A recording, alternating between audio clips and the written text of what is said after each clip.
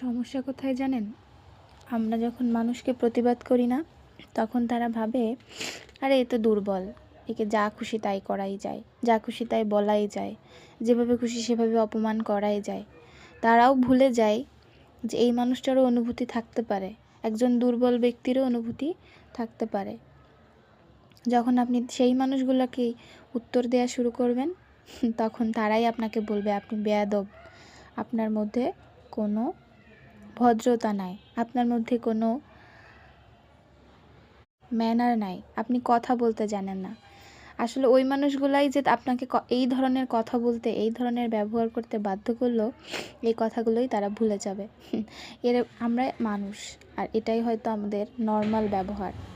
আমি যে বলছি, আমরা হয়তো কথা বলতে বলতে বলেই দেই, কিন্তু প্রতিদিনকার মতো প্রতিদিনের কথার মধ্যে দিয়ে আমরা যেভাবে কত মানুষকে অপমান করে দেই, কত মানুষ দুঃখের কারণ হই আমরা। হয়তো আমরা হাসি মুখে একটা কথা বলেই দেই কাউকে অপমান করে, সেই ব্যক্তিও হয়তো হাসি মুখে সেই কথাটা উড়িয়ে দেয়, কিন্তু একজন মানুষের আসলে খারাপ কথা বা ক্রিটিসিজমে যে কতটা কষ্ট হয় একমাত্র অপর পাশের মানুষটাই হয়তো সেটা অনুভব করতে পারে। হঠাৎ এটা কেন বললাম?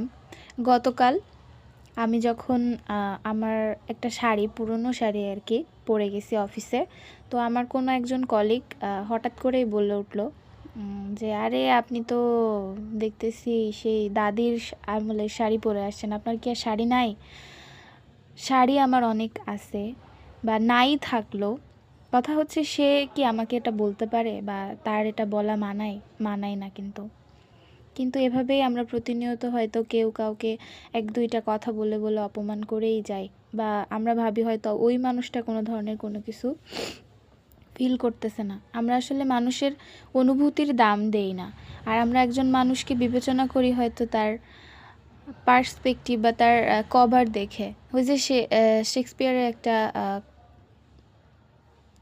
শেক্সপিয়ার না, শেখ সাধী, একটা স্টোরি আমরা ক্লাস 9-10-এ পড়ছিলাম যে ডোন্ট জাজ এ বুক বাই ইটস কভার, অর্থাৎ কারো পোশাক আশাক দেখে আসলে কাউকে বিচার করা উচিত নয়।